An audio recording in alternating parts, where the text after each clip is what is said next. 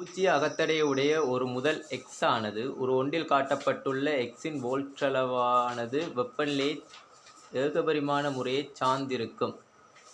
வெப்பநிலையோடு சம்மந்தப்பட்டிருக்காம். இந்த முதல் எக்ஸ் அகத்தடை இல்லையாம், இதுக்கு பூஜ்ஜியமான அகத்தடையா. அப்போ இதில் எக்ஸ் என்ற ஒரு முதல் இருக்குது, இதில் அகத்தடை பூஜ்ஜியமாம், இது வெப்பநிலையோட மாறுமா. சரியா?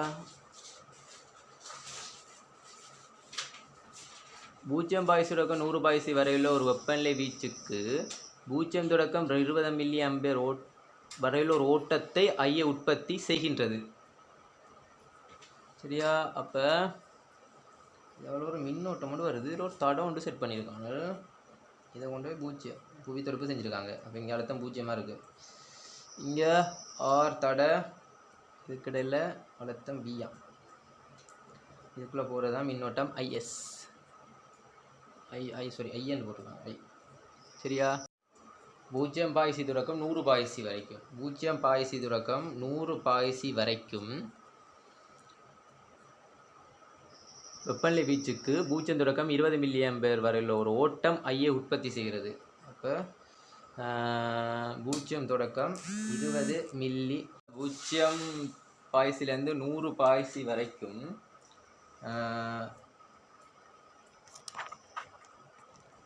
0லேருந்து 20 மில்லி ஆம்பியர் வரையும் அதிகரிக்குமாம்.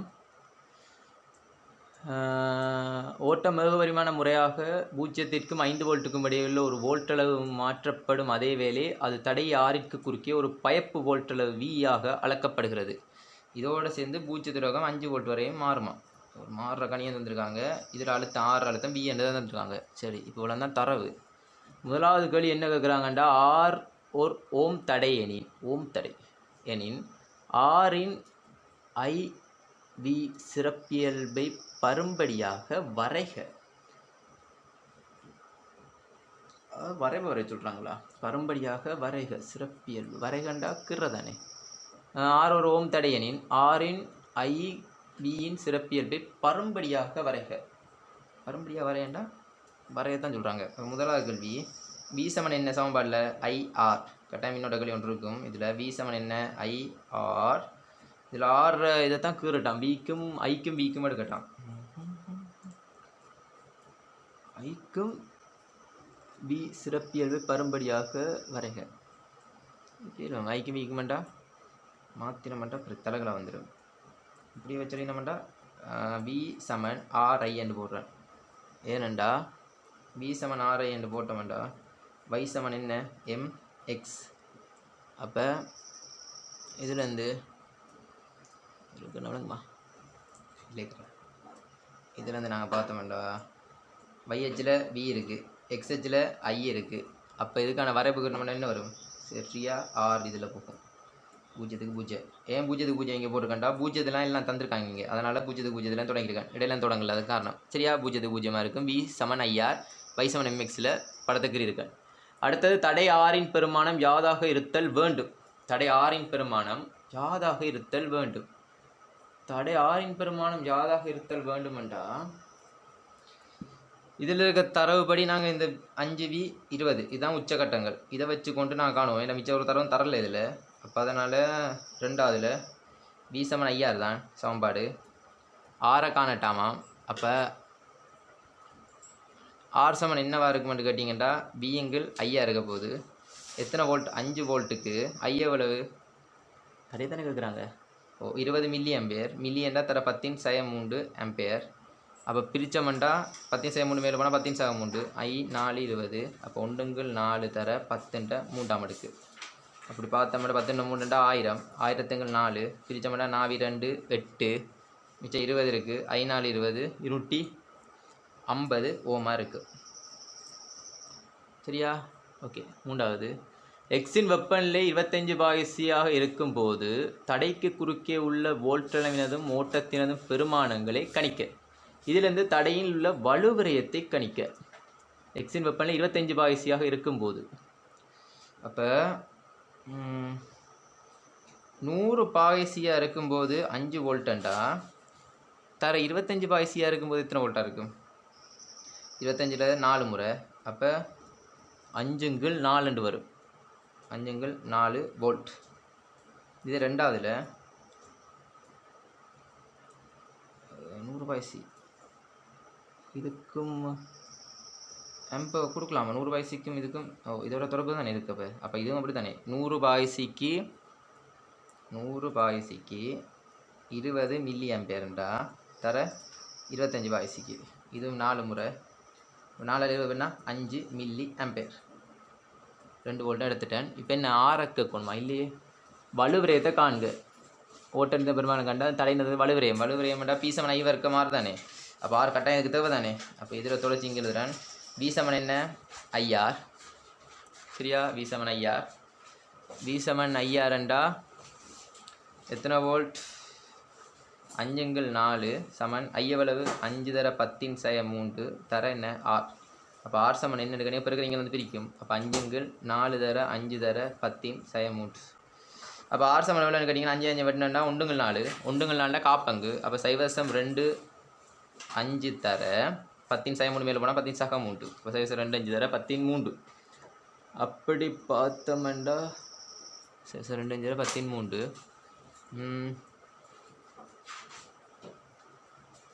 ஓ அப்போ ஆர் சமன் எவ்வளோன்னு கேட்டிங்கன்னா 13 தர 1 2 3. அப்போ 250 ஓம். அதுவும் 250 தான் அதுக்கு. அப்புறம் 250 ஓம் வந்து 5/4 சரி 5 1/4 0.2 அது 250 ஓம். இப்படி தடை மாறாமல் இருக்குது. 25 வயசுலேயும் தடை மாறலையா? பரிமாணமாக தானே எல்லாம் மாறுது. ஆனால் படித்தர மாறல தானே. படித்தர மாறல தானடா. எம் மாறல தானடா இங்கே. அப்போ எம் மாறாதாலே படித்தரன்றது மாறாமல் தானே இருக்குது. ஒவ்வொருலையும் ஒன்று படித்தரம் சரியாக இருக்குது. அப்போ நான் இது 25 வயசுக்கு இந்த கணக்கு எடுத்தேன். படித்தரம் சரியாக தானே வரணும். ஆர் சமம் 250. அப்போ செஞ்சு சரி 250. எனக்கு வலுதான் தேவை. பி சமன் என்ன? ஐ வர்க்கம் ஆர். அப்போ 5 தர 10/3 வர்க்கம் தர ஆறுக்கண்டா 250. அப்போ 5 25 தர 10/3 10/6 தர 250. அப்போ 250 தர 25 ஏன்னா 5 25 தானே. அப்போ 250 தர 25 250 25. 5 0 பிரிக்கணும் மேடம். 250 25 சரியா? அப்போ 5 0 பிரிக்கினா 0. 5 25 போட்டால் 2 இருக்குது. 2 10 12 1150. 25 150 2 பிரிக்கினா 500 0 0 500. அப்போ 6150. அப்போ 6150 தர 10/6. 6150 10/6 இதை கொண்டு வரும். 1 2 3 விஞ்ஞான முறை குறிப்பிட்டு எழுதுறேன்னா அப்போ 6.25 தர 10/3. சரியா? வெட்டானே வலுதானே கேட்குறாங்க. இப்போ 6.25 தர 10/3 வெட்டாக இருக்க போகுது. வேறு அழகில் கேட்குறாங்களே அதை வலுவை இல்லை வலு விரயத்தை காண்க. ஓகே சரியா? அடுத்தது ஒரு தடை R1 ஆனது எக்ஸிற்கு சமாந்தரமாக தொடுக்கப்பட்டு ஒரு ஒன்றிலுள்ள சுற்றின் கம்பி பகுதி BC ஆனது ஒரு உள்ளவாறு தடை R2 பதிவு செய்யப்படுகிறது என கொள்க. A2 கணித்த பெருமானம் R மாறாமல் உள்ளது எனவும் கொள்க. அப்போ இந்த செக்டரை இப்போ படத்துக்கு என்னமெண்டா இதான் அந்த எக்ஸ் முதல் இதுக்குள்ளே ஒரு இது வந்திருக்கு. இதில் ஒரு கம்பி, இங்கே ஒரு தடை, இங்கே ஒரு தடை ஒன்று வந்து செட் ஆகுது. இதான் அந்த ஆர் தடை வி அழுத்தத்தில் இருக்குது. இதில் R2 தடை ஒன்று போட்டிருக்காங்க. அதே மாதிரி இதில் இருந்து ஒன்று எடுத்து R1 எடுத்துருக்காங்க. இதில் இருந்து வெளிக்கிறது ஐஎஸ்ஸாக இருக்குது. வேறு எதுவும் இருக்குது அதில்? ஐஎஸ் இது விஎஸ். வேறு எதுவும் இருக்கா? வி தடை பிசி ABC சரியா? படம் குறிச்சாச்சு. இப்போ இதில் என்ன கேட்குறாங்கண்டா ஓகே முதல் ஒரு வோல்ட்டளவு விஎஸ்ஐ உற்பத்தி செய்யும் போது தடை ஆறிற்கு குறுக்கே செல்லும் ஓட்டம் ஐயிற்கான ஒரு கோவையை எழுதுக. ஐயிற்கான ஒரு கோவை எழுதுட்டாமா? நாங்கள் இதுக்கு கிரத்துலோவின் விதி பாவிப்போமா? ஐயிற்கான ஒரு கோவை எழுதுறதுக்கு. ஏன்டா இதில் ஆரம் இருக்குது, இதில் R2 இருக்குல்லோ. இப்போ கிரத்துலோவின் விதியை யூஸ் பண்ணமாட்டா விஎஸ் தான் இதை வீக்கான கோவையாக இருக்கிறாங்க. விஎஸ்ஸுக்கான கோவை தான் கேட்குறாங்க. விஎஸ் சம்மந்தப்பட்டு தானே. இப்போ விஎஸ் இந்த கிரத்துலோவின் விதி பாவிக்கிறேன்னா எத்தனாவது கல்வி இது? பியில் முதலாவது கல்வி. கிரத்துலோவின் விதியில் அழுத்தம் இங்கே இருக்கும் விஎஸ். சமன் இப்படியே போவோம் விஎஸ் இதால் அப்படியே சுற்றி ரவுண்ட் அடிக்கிறேன், இந்த ரவுண்ட் அடிக்கிறேன். அப்போ இதுக்குள்ளால் ஐ போயிருக்கும். அப்போ IR2 ப்ளஸ் IR எனக்கு தேவை ஆர் தான் என்ன ஐக்கான கோவை தான் இருக்கும். அப்போ ஐக்கான கோவை தான் இருக்கும். விஎஸ் சமன் ஐயை பொதுவாக எடுத்தேன்டா R2 ப்ளஸ் ஆராக இருக்க போகுது. அப்போ ஐ சமன் என்ன கேட்டிங்கன்னா பிறகு பிறகு இங்கே வந்து பிரிப்படும் விஎஸ் சமன் R2 ப்ளஸ் ஆராக இருக்க போகுது. கோவை எடுத்தாச்சு. இல்லை கிருத்துலோயின் விதியை பாய்ச்சால மின்னோட்டம் என்றாலே கிருத்துலோயின் தானே. இதிலிருந்து முதலின் ஓட்டம் ஐஎஸ்ஸுக்கான ஒரு கோவையை எழுதுக. இதிலிருந்து கோவை எழுதட்டான் ஐஎஸ்ஸுக்கான கோவை. அப்போ இதில் மின்னோட்டம் இந்த ஐஎஸ்ன்றது இதில் ஐயா போகும், இதில் என்ன போகும்டா I2 போதுன்னு வைப்போமே. I2 போதுன்னு வைக்கிறேன். அப்போ ஐஎஸ்ன்றது இந்த ஐஎஸ்ன்றது I2ஐயும் ஐயையும் கூட்டுறதுக்கான இதாக வரப்போகுது. சரியா? ஐஎஸ்ஸுக்கான கோவை தானே இருக்காங்க. அப்போ எனக்கு I2 ப்ளஸ் ஐயா தான் இருக்க போகுது. அப்போ இதில் எனக்கு இந்த I2 வேணும். I2ன்றது என்ன? இதுக்குள்ளால போகிற மின்னோட்டம். அப்போ I2 எழுதுறேன். V சமன் இந்த R1க்கு V சமன் ஐஆர் பாவிக்கிறேன். அப்போ V சமன் என்ன? IR. அப்போ VS Saman I2 to R1. அப்போ I2 சமன் என்னவாக இருக்கும்? VS சிங்கிள் R1 இருக்க போகுது. அதை கொண்டு வந்து இதில் பிரதிடுறேன். அப்போ I2 என்னன்றது VS சிங்கிள் R1 ப்ளஸ் அதுங்கிறதுல V சமன் ஐஆர் போட்டிருக்கேன். இதுக்கு VS ப்ளஸ் R2 ப்ளஸ் ஆராக இருக்க போகுது. சமன் IS இருக்குது.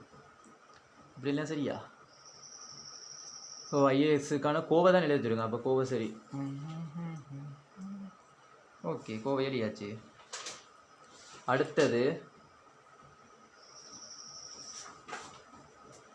மேலே B ஒன்றிலும் ரெண்டிலும் கோவையை பயன்படுத்தி R1 R ப்ளஸ் R2 விட பெரிதனி விகிதம் ஐஎஸ்எங்கள் ஐஎன் குறிப்பிட்டு நடைபெறும் என இதன் பௌதிக முக்கியத்துவம் யாது? R1 பெருசாக இருக்காம், R ப்ளஸ் R2 கூட்டும்போது. அப்படி இல்லை என்ன நடக்குமென்று கேட்குறாங்க. அப்போ ஐஎஸ்எங்கள் ஐக்கு என்ன நடைபெறும்னு கேட்குறாங்க. இப்போ எனக்கு ஐஎஸ்எங்கள் ஐ தான் தேவை. அப்போ ஐஎஸ்ஸுக்கான சமன்பாடு இந்த இருக்குது. முதலாம் சமன்பாடு, இது ரெண்டாம் சமன்பாடு ஐஏக்கான. அப்போ முதலாம் சமன்பாடுங்கள் ரெண்டாம் சமன்பாடு நாங்கள் போட்டோம்டா ஐஎஸ்எங்கள் ஐ தானே கேட்குறாங்க. ஐ சமன் VS R1 plus VS R2 plus R. இது ஒரு கோவை பிரிக்கப்படும். இப்போ கீழே வரப்போகுது. கீழே VS R2 ப்ளஸ் ஆர்ன்னு வரப்போகுது. இதுக்கு போமசி பார்க்க வேண்டி வரப்போகுது. ஏன்னா R2 ப்ளஸ் ஆர்லோடா. அப்போ ஐஎஸ்எங்கிள் ஐ சமன் இதில் போமாசி என்னென்னு பார்த்தோம்னா இதில் போமாசி R1 R2 ப்ளஸ் ஆர். இப்போ R1 இதில் இருக்குது. அப்போ என்ன தலை பெருக்கப்படும்? VSன்றது R2 ப்ளஸ் ஆரால் பெருக்கப்படும். அதே மாதிரி VSக்குள்ள R2 ப்ளஸ் ஆர் இருக்குது. அப்போ என்ன தலை பெருக்கப்பட்டா VS R1 ஆகும். பிரிக்க தானே எங்களை பிரிக்க விடுறேன். பிரிக்கண்டா தலைகளாக மாற்றணும். அப்போ R2 ப்ளஸ் ஆர் கீழே என்ன வரும்னு கேட்டிங்கன்னா VSன்றது வரும். அப்படி பார்த்தோம்னா இந்த R2 ப்ளஸ் ஆரையும் வெட்டலாம். நாங்கள் ரெண்டு உண்டு தானே. அதே மாதிரி VSையும் வெட்டலாம். இந்த ரெண்டு பக்கம் VS பொதுவாக எடுத்தோம்னா VS வெளியே வந்துடும் தானே. அப்போ இந்த VSையும் வெட்டினோம்டா ஐஎஸ்எங்கள் ஐ சமன் என்னன்னு கேட்டிங்கன்னா R2 plus R plus R1ங்கள் R1 இருக்க போகுது.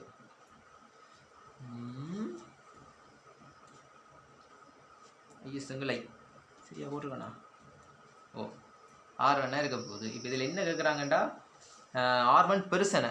அப்போ R1 பெருமானம் பெருசன் எடுத்தோம்னா இப்போ இந்த ரெண்டு பெருமானத்தையும் நாங்கள் புறக்கணிக்கலாம். ரெண்டு கூட்டலையும் புறக்கணிக்கலாம் தானே. அப்போ R1 தான் மிஞ்ச போகுது. அப்போ ஐஎஸ்எங்கள் ஐன்றது R1ங்கள் R1 தான் இருக்க போகுது. அப்போ ஐஎஸ்எங்கள் ஐட பெருமானம் என்னவா இருக்கும்? ஒன்றா இருக்க போகுது. அப்போ இதுக்குள்ளால ஒரு மின்னோட்டமும் இந்த முதல்ற மின்னோட்டம் என்ன செய்ய போகுது? சமனாக இருக்க போதா? இது ஒரே மின்னோட்டம் தான் இருக்க போகுது. அப்போ R1க்குள்ளால மின்னோட்டம் ஓடாதா? R1 உயர் தடையாக இருந்ததுன்றா இதுக்குள்ளால மின்னோட்டம் ஓடாது. அப்போ ஐஎஸ்எம் ஐஎன்னு சமணம் உண்டன் பூஜ்ஜியமாக இருந்தால் ஓடன்ல அர்த்தம். ஆனால் உண்டனில் இருக்குது. அப்போ இந்த மொத்த மின்னோட்டம் இதுக்குள்ளே ஓடிட்டுருக்கு. ஐக்குள்ளால ஓட போகுது. அதானே ரீசன். அப்போ இதில் முக்கியத்துவம் என்னென்னு கேட்டால் மொத்த ஓட்டமும் இதால் ஓட போகுது. மொத்த ஓட்டமும் இந்த R2 ஆரால் ஓடும். இந்த R1க்குள்ளால ஓடாது. ஓகே, அப்படி ஒரு ரீசன் சொல்லலாம். ஓகேவா, இதில் அவ்வளோ ஒன்றும் பெருசாக ஒன்றும் இல்லை. வீசமான 5000 போட்டு நோம்பலாக கேட்டிருக்காங்க. பட் இதில் ரீசன் என்னென்னு கேட்டிங்கண்டா, இந்த ரீசன் தான் இது. அதாவதுடா ஒரு தடையை நாங்கள் முதலோட சமாந்தரமாக இது தொடுத்தோம்டா, இந்த ரெண்டு தடையை விட இந்த தடை பெருசாக இருக்குமாண்டா, இதுக்குள்ள மின்னோட்டம் ஓடாது. இந்த சுற்றுக்குள்ளால் மொத்த மின்னோட்டம் ஓட வலிக்கிட்டுரும். புறக்கணிக்கத்தக்க வச்சு செய்யலாம். மையூட்டான மின்னோட்டம் தான் இதுக்குள்ளால் ஓடும். இதுக்குள்ளால் பெரிய மின்னோட்டம் ஓடும், அது தெரியும். ஆனால் சமனாக இருக்குமா? ஓகே. ஒரு கணனி வன்தட்டு இயக்கியில் ஹார்ட் டிஸ்க் ட்ரைவ் HDD ஒரு தட்டையான வட்டவட்டில் படியும் ஒரு மெல்லிய படலத்தின் சிறிய பிரதேசங்களை காந்தமாக்குவதன் மூலம் என்ன, ஒரு தட்டையான வட்டவட்டில் படியும் ஒரு மெல்லிய படலத்தின் சிறிய பிரதேசங்களை காந்தமாக்குவதன் மூலம் தரவு தேக்கி வைக்கப்படுகிறது. ஒரு மூன்றில் காட்டப்பட்டுள்ளவாறு வட்டின் அச்சினூடாக செல்லும் ஒரு உருளைக்கோள் அவ்வட்டத்தை கரங்கச் செய்ய பயன்படுத்தப்படுகின்றது. ஓஹோ ஓஹோ, அப்போ காந்தத்தை வச்சு தான் அதை பதிக்கிறாங்க காட்டுஸ்க்கு. அப்போ இப்படி ஒரு செட் ஒன்று இருக்கான், இது சுத்திர பகுதி உருளைக்கோள் இருக்கான், இதுக்குள்ள ஒன்று இருக்கான். இந்த ஹார்ட் டிஸ்க் HDD போட்டிருக்காங்க, ஹார்ட் டிஸ்க். ஸோ HDD இதில் காந்தத்தை வச்சு பதிக்கிறாங்களாம். ஓகே. வட்டு கறங்கும்போது வட்டில் தேக்க வைக்கப்படும் தகவல்கள் வட்டிற்கு சற்று மேலே வைக்கப்பட்டுள்ள ஒரு பக்க நீளம் D ஆனது ஒரு கடத்தும் கிடைச்சதுர தடமாகிய வாசிக்கும் அல்லது எழுதும் தலையில் பிறப்பிக்கப்படும் ஒரு தூண்டிய மின்வியக்க விசையாக வாசிக்கப்படும். என்னடா, வட்ட கறங்கும் போது வட்டில் தேக்கி வைக்கப்படும் தகவல்கள் வட்டிற்கு சற்று மேலே வைக்கப்பட்டுள்ள ஒரு பக்கத்தின் நீளம் D ஆனது ஒரு கடத்தும் கிடைச்சதுரத்தடமாகிய வாசிக்கும் எழுதும் தலையின் பிறப்பிக்கப்படும் ஒரு தூண்டிய மின்னியக்க விசையாக வாசிக்கப்படும். அப்போ இதுக்கு மேலே ஒரு சின்ன துண்டு வச்சுருக்காங்கடா. இந்த துண்டுக்கு மேலே ஒரு தலை இருக்கான். இந்த தலை தான் வாசிக்கிற எழுதுகிற வேலையை பார்க்குதான். இந்த தலையை தான் தனியாக எடுத்து வந்திருக்காங்க. இது D, இது Dயா, சரியா? இது ஒரு Bயா, ஏன் B போட்டுருக்கான்னு தெரியல. இது காந்தப்புலம், உள்நோக்கிய ஒரு காந்தப்புலம் ஒன்று இருக்கான். அப்படி இந்த D தான் தலை, இதான் தலை, அது ஒரு சதுரத்தலை. இதான் எழுதுறது வாசிக்கிறதுக்கான விஷயமா இருக்குமா?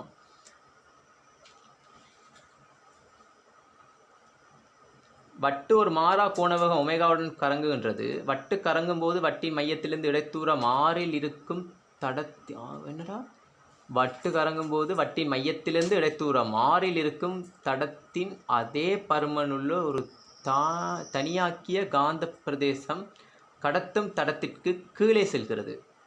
என்னடா, வட்டத்தட்டு ஒமேகால சுத்துதான். ஒமேகால சுத்தும் போது வட்டு கறங்கும் போது வட்டின் மையத்திலிருந்து இடைத்தூரம் ஆறில் இருக்கும் தடத்தின் அதே பருமனுள்ள ஒரு தனியாக்கிய காந்த பிரதேசம் கடத்தும் தட்டத்திற்கு கடத்தும் தட்டம், அதைத்தானே கடத்தும் தட்டம்னு சொன்னோம். இல்லை தலைன்னு சொன்னாங்க. என்னது அது? வட்டு. அதுக்கு பேர் உருளைக்கோள்னு தான் சொன்னாங்க. என்ன அதுக்கு? அது தலை. என்ன அப்போ வட்டு பருமனில் தனியாக காந்த பிரதேசம் கடத்தும் தடத்துக்கு கீழே செல்கிறது. இங்கு ஆர் டியை விட பெருசு. டியை விட ஆர் பெருசாக இருக்குமா? இப்போ ரொம்ப பெருசாக இருக்குமா? இந்த தட்டை வைக்கிற இந்த மையத்துலேருந்து இந்த ஆறு தூரத்தில் இந்த தட்டை வைக்க போகிறோமா? இந்த தட்டத்தில் இருக்கிற இதுக்குள்ளே என்ன செய்ய வேண்டாம், காந்தப்புலம் உள்நோக்கி போகும். இந்த உள்நோக்கி தான் போகுது. அந்த காந்தப்புலம் தான் சொல்கிறாங்க உள்நோக்கி போகுதான். தடத்திற்கு கீழே செல்கிறது. இக்காந்த பிரதேசம் மேல் நோக்கி உள்ள பாய அடர்த்தி BA உடைய ஒரு சீரான காந்த புலத்தை உண்டாக்குகின்றது. காந்த பிரதேசம் மேல் நோக்கி உள்ள பாய அடர்த்தி BA உடைய ஒரு சீரான காந்த புலத்தை உண்டாக்குகிறது. மேலே இருந்து பார்க்கும்போது காணப்படும் சதுரத்தடத்தில் ஒரு பெரும் பித்த படம் ஒரு நாளில் காணப்பட்டுள்ளது. காந்த பிரதேசம் முற்றாக தடத்திற்கு கீழே இருக்கும்போது காந்த பிரதேசத்தினால் உண்டாக்கப்படும் காந்த புலம் தளத்தின் தளத்திலிருந்து வெளியே வெளிப்படுத்தப்படுகின்றது. என்னடா சொல்கிறீங்க? கொஞ்சம் காம்ப்ளிகேட்டாக தான் இருக்குது. இதுலேருந்து பார்த்தோம்டாடா, இதுலேருந்து தான் வழங்கலை. இக்காந்த பிரதேசம் மேல் நோக்கி உள்ள பாய அடர்த்தி BA உடைய ஒரு சீரான காந்தப்புலத்தை உண்டாக்குகின்றது. இந்த காந்தப்புலம் மேலிருந்து பார்க்கும்போது காணப்படும் சதுரதடத்தின் ஒரு பெருப்பித்த படம் ஒரு நாளில் காணப்படும். காந்த பிரதேசம் முற்றாக தடத்திற்கு கீழே இருக்கும்போது காந்த பிரதேசத்தினால் உண்டாக்கப்படும் காந்தப்புலம் தளத்திலிருந்து வெளியே வெளிப்படுத்தப்படுகிறது. சரி, இருக்கட்டும். தூண்டிய மின்னியக்க விசை இஎம்எஃப் ஆனது டியுடன் மாறலை பின்வருமாறு படிப்படியாக வரைக.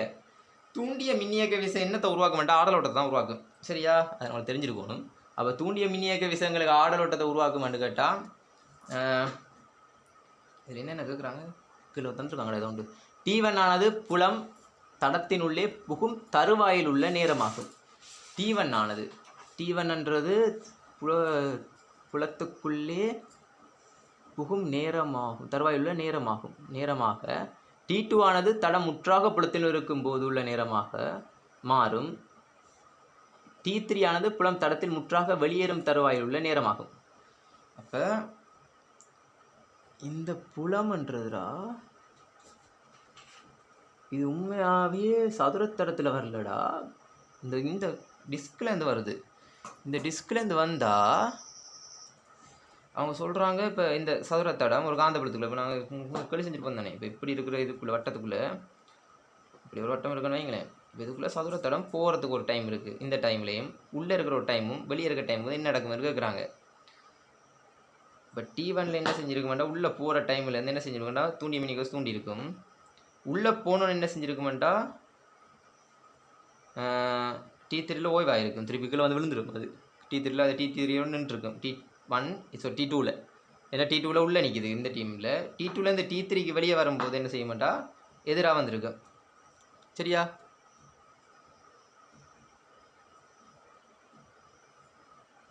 ஓ, எதிராக தானே வந்திருக்கும். ஓ, இப்போ யோசிப்போமே. இப்போ இதான் காந்தப்புலம் வெளிநோக்கி இருக்குது. அப்போ எப்படி சுற்ற போகுது? கரண்ட் இப்படி சுற்றும் இந்த டைமில். அப்போ எப்படி கரண்ட் இங்கேருந்து வெளிக்கிடும். சரி, எப்படி போகும்? இங்கே வெளியே போகும்போது கரண்ட் எப்படி வரும்? இங்கால பக்கம் வரப்போகுது. அப்போ இங்கால இருக்கும் பாருங்கள், எதிர் திசையில் இருக்குது காந்தப்புலம். சரி, மின்னோட்டம் எதிர் திசையில் இருக்குது. அதானே காந்தப்புலம் இந்த தான் மின்னோட்டம் இதை காட்டும். இப்போ இப்படி இருக்கும்போது தொடங்கும்போது எப்படி வரும் மின்னோட்டம்? இதால் இப்படி ஓட வலிக்கிடும். உள்ளே போனோன்னா சுற்றி ஓடும். பிறகு இங்கே வந்தோன்னு என்ன செய்யுமான்னு கேட்டால் எதிராக போயிடும். இப்படி வந்து பாருங்கள், எதிராக தான் வரும். அப்போ இதுக்கு இது எதிராக தான் இருக்க போகுது. அப்போ இதில் உருவாக்கப்படுறது தூண்டிய மின்னியக்க விசையாக இருக்கும். சரியா? தூண்டிய மின்னியக்க விசையின் பருமடி வரத்தை வரைய சொல்லியிருக்காங்க. வரையாச்சு. சரியா? வரை வச்ச குறிச்சு கொள்ளுங்கடாப்பா. T இது தூண்டிய மின்னியக்க விசை. சரியா? ஏன்னா எதிராக தான் வரப்போகுது. இதுக்குள்ளே தொடங்கும் போது மின்னோட்டம் தொடங்கிடும். இப்போ சீரான தானேடா. அப்புறம் T2ல் என்ன செய்யும்? 0 ஆகிட்டு T3ல் இதில் வந்துடும். எதிராக வந்துடும் வெளியே வரும்போது. ஓகேயா? ஓகே, இதை பற்றி நாங்கள் ஃபஸ்ட் பார்ட்டில் விளக்கமாக பார்ப்போம். தடம் முற்றாக காந்த பிரதேசத்திலே இருக்கும்போது காந்த பாயம் இக்கான ஒரு கோவையை பிடி சார்பு எழுதுக.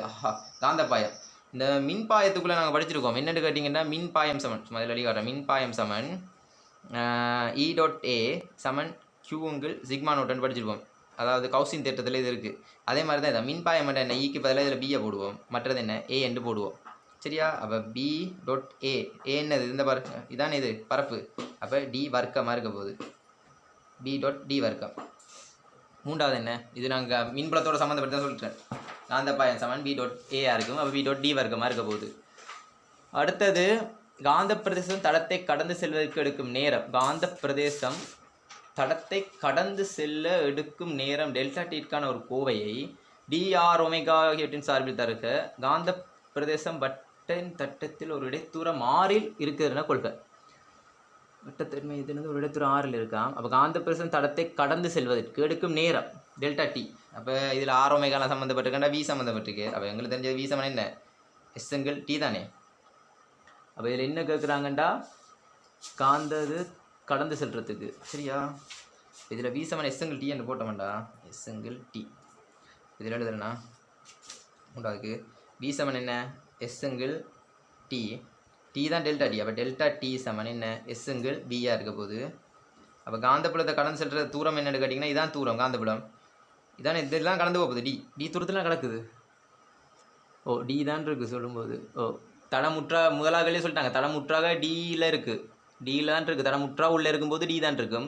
அப்போ தூரம் என்னென்னு கேட்டிங்கன்னா டியாக தான் இருக்குது. ஏன்னா டி தான் கோவையில் சொல்லியிருக்காங்க. அப்போ டி. அப்போ டியில் பார்த்தோம்னா டி. அப்போ டெல்டா டி. அப்போ டெல்டா டி சமன் டிங்கில் பி சமன் என்ன? R omega. அப்போ ஆர் ஒமேகாவாக இருக்கும். டி சமன் டிங்கில் ஆர் ஒமேகா. டிரெக்ட் சமன்பாடு தான். இதில் இந்த விஷயம் ரெண்டு விஷயம் தெரிஞ்சிருக்கணும். மற்றது இந்த இது டிரெக்ட் வி சமன் உங்கள் டீ தான் நேர்கோட்டு சாம்பாடு.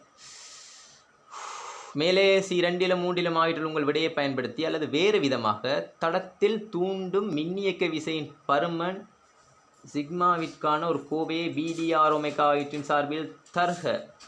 அப்போ மின்னியக்க விசைக்கான தூண்டிய மின்னியக்க விசை வட்டத்துக்கு தானே. அப்போ தூண்டிய மின்னியக்க விசை 4வது E சமன் என்ன வரும்? E சமன் B தூண்டிய மின்னியக்க இது போடுறாங்க BLVயாக இருக்க போது சரியா. அப்போ BLV ஏண்டா இதில் டெல்டா டீயை பற்றி கேட்கல அவங்க என்ன BDR ஒமேகா மட்டும்தான் வரணுமா உங்களுக்கு BDR ஒமேகா. அப்போ இதில் போடலாம் தானே BDR ஒமேகா. B நீளமாக எவ்வளவு D B என்னது R ஒமேகா. அப்போ E சமன் என்ன கேட்டிங்கன்னா மின்னியக்க விசை BDR ஒமேகா டெரெக்டாக கேட்டுருக்காங்க BLV தானே சமன்பாடு தூண்டிய மின்னியக்க விசைக்கு. ஓ அடுத்த 5வது கேள்வி. ஓகே அடுத்தது 62.5 மில்லிமீட்டருடைய வட்டின் பரப்பளவில் அரைவாசியானது வட்ட பரப்பில் அரைவாசியா எவ்வளோ 62.5 மில்லிமீட்டர். இந்த பரப்பில் அரைவாசியானது 1/10⁻³ தானியக்க சீராக பரம்பிய சதுர காந்த பிரதேசங்களால் நிரப்பப்பட்டுள்ளது. அப்போ இந்த அரைவாசி பரப்பு என்ன காந்தத்தால் நிரப்பப்பட்டிருக்கண்டா 1/10⁻³ இந்த இதால் நிரப்பப்பட்டிருக்காங்க.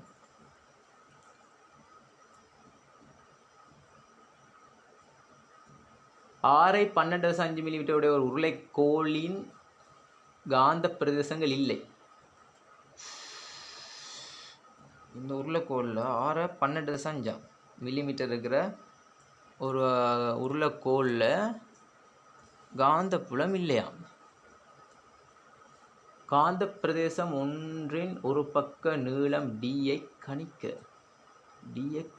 பை சமன் 3 இதில் டியை கணிக்கட்டாம். பை சமன் என்னன்னு கேட்டால் 3 சொல்லியிருக்காங்க. பை சமன் 3 அதோட வர்க்கமூலம் 562.5 சமன் என்னதான் 24 என்ன கொள்ளட்டான். வர்க்கமூலம் 5 24. முதலாவது அந்த உருளை இருக்குது உருளையிட்ட பரப்பு தந்திருக்கான் அதுலேயும் பரப்பு தந்திருக்கான். அப்போ இதில் சீன் என்னன்னு கேட்டால்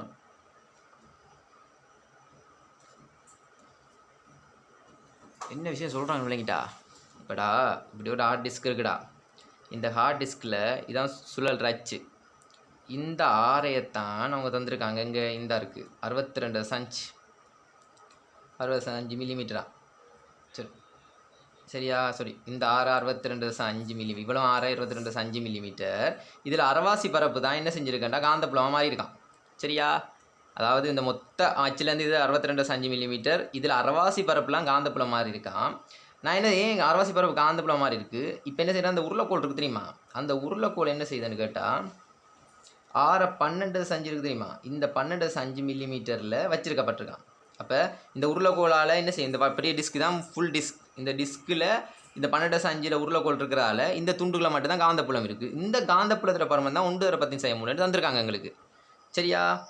அப்போ இதில் என்ன கேட்குறாங்கன்னா டீட பெருமானம் தான் உங்களுக்கு கேட்குறாங்க. அப்போ முதலாவது எவ்வளோ பரப்புக்குள்ளே காந்தப்புலம் இருக்குன்னு கண்டுபிடிக்கலாம். காந்தப்புலத்தில் பரப்பை கண்டுபிடிப்போம். அதாவது இப்போ எந்த பரப்புக்குள்ளே காந்தப்புலம் பிரதேசத்தை கண்டுபிடிக்க போகிறேன். அப்போ மொத்தமாக இதில் இருக்க பரப்பு எவ்வளவு இந்த வட்டத்தில் டிஸ்கில் பரப்பு எவ்வளவு πr வர்க்கமாக இருக்க போகுது. அதே மாதிரி R1 வர்க்கம் போடுறேனே. அதே மாதிரி இதில் என்ன செய்ய போகுது இந்த துண்டு 12.5 என்ன செய்யுது கன்வெர்ட் ஆகிட்டு.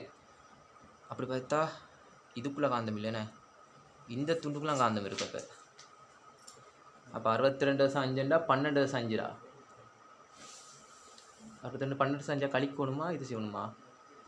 ஓஹோ 12.5 தான் 6 உருளைக்கோளையும் காந்த பிரதேசம் இல்லை. 12.5 மில்லிமீட்டரில் காந்தப்புலம் இல்லை. அப்போ ஏன் பரப்பில் அரைவாசி தந்திருக்கான். 12.5 காந்தப்புலம் இல்லை. இப்போ இந்த துண்டுக்குள்ளே காந்தப்புலம் இல்லைடா. அவன் அதில் சொல்லியிருக்கான் மேலே பாருங்க 6.12 மில்லிமீட்டருடைய ஒரு உருளைக்கோளின் காந்த பிரதேசங்கள் இல்லை. அப்போ காந்த பிரதேசம் இல்லாத துண்டு தான் இந்த உருளைக்கோள்றா. அப்போ πr1 வர்க்கத்திலேருந்து நாங்கள் இந்த πr2 வர்க்கத்தை கழிச்சு விடுவோம். ஏன்னா அதெல்லாம் இல்லை. இது காந்த பிரதேசம் ஃபுல்லாக இருக்குன்னு கணக்கு போட்டான். உருளைக்கோளை வச்சோன்னே இந்த துண்டுக்குள்ளே காந்த பிரதேசம் இல்லை. அப்போ நாங்கள் கழிக்க தானே வேணும். அப்போ பையை வெளியே எடுத்தேன்டா r1 வர்க்கம் செய்ய r2 வர்க்கம் நாங்கள் பார்த்தாச்சு. இப்போ r1 r2 இப்போ நாங்கள் இதில் காந்தப்புலத்தில் பரப்பை கண்டுபிடிக்க போகிறேன். அப்போ பையை வெளியே எடுத்தேன்டா r1 வர்க்கம் செய்ய r2 வர்க்கம். பையிட பெருமானம் 3 இருந்திருக்காங்க. r1 என்றால் 62.5 தர 10 சய 3 வர்க்கம் சய 12.5 தர 10 சய 3 முழுவதையும் வர்க்கம் கழிச்ச மாட்டா. சரி, இப்போ 3க்கு பார்த்தாச்சு. இந்த இதான் காந்தப்புலத்தில் பருமன். இதில் அரைவாசி தான் இந்த காந்தப்புல பரப்போட சம்மந்தப்பட்டிருக்குன்னு சொல்லியிருக்கான் அவனே. இதை முன்னு பார்த்துனாங்க. இதில் பரப்போட அரைவாசி தான் காந்தப்புலத்தோடு சம்மந்தப்பட்டிருக்கு. காந்தப்புலம் தந்திருக்காங்க எங்களுக்கு. அதாவது காந்தப்புலம் தரலடா.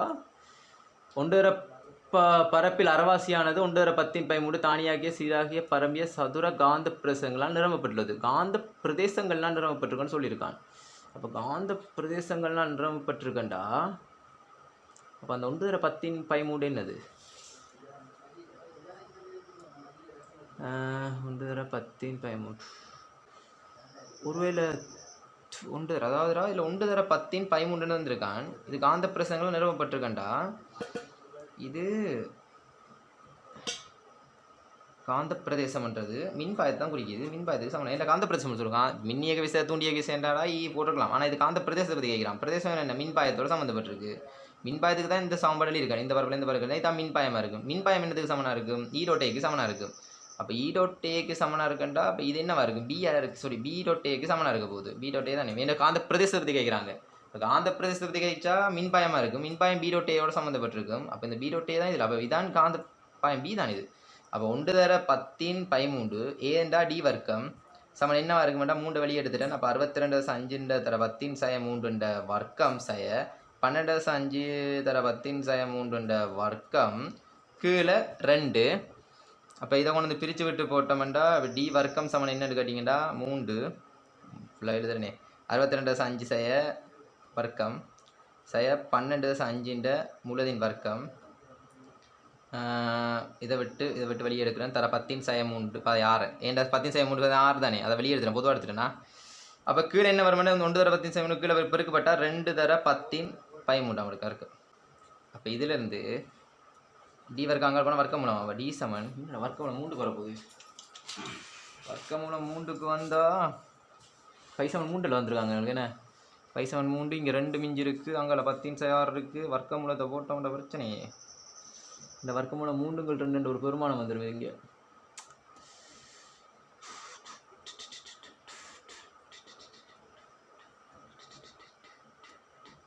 இப்போ ஒன்றும் செய்யலாது போட்டு தான் ஆகணும். இதை தீர்ப்போம் நாங்கள் 62.5 இருக்குது தானே. வர்க்கம் சய 12.5 வர்க்கம் சரியா போட்டது. அதாவது ஏ வர்க்கம் சய பி வர்க்கம். இதை ஏ சய பி ஏ சக பி என்று எழுதலாம். ஏ சய பி என்ன 62.5 12.5 போனால் 0.50 ஏ சய பி 50. அதோட தர ஏ சக பி என்ன 62.5 12.5 கூட்டினோம்டா 10 4 5 7 75. அப்போ 50 75 பெருக்கினோம்டாடா எவ்வளோ ஈஸியாக முடிஞ்சு. கழிப்பட்டா 50 சரி கூட்டுப்பட்டா 75 பெருக்கி விட்டோம்டா 0 5 25 போட்டால் 2 இருக்குது. என்னது 0 இங்கே போட்டேன்டா 5 25 2 இருக்குது 7 5 30 36 37 3750 ஆமாட்டா சரி 3750 என்ன. அப்போ 3 தர 3750 தர 10 சய 6ஆம் அடுக்கு கீழே 2. அப்போ டி சமன் வர்க்கம் டி வர்க்கம் தான் போடும். டி வர்க்கம் சமன் 2ஆல் வேறு பிரிச்சோம்டா 2 2 17 இருக்குது 8 2 16 15 இருக்குது 7 2 14 1 இருக்குது 5 I 2 10 1 இருக்குது 15 1 இருக்குது 2 3 ஓகே 3ஆல் பிரிக்கண்டா I 3 15 போட்டால் 1 இருக்குது I 3 15 1 இருக்குது 7 3 21 2 போட்டால் 2 இருக்குது I 3 15 1 இருக்குது 7 3 21 போட்டால் 22 2 இருக்குது 8 3 24 25 26 இருக்குது. இப்போ 2 இருக்குது 3 3 4 5 அப்பா சரி வந்துட்டா 10 6 இதெல்லாம் தந்துருக்காங்க ஒரு 56.25க்கு வர்க்கமூலம் 24. அப்போ சயாறு. அப்போ இதுலேருந்து ஒருத்தர் கொடுக்க வேண்டி வரப்போகுது. நான் கொடுத்தனேண்டா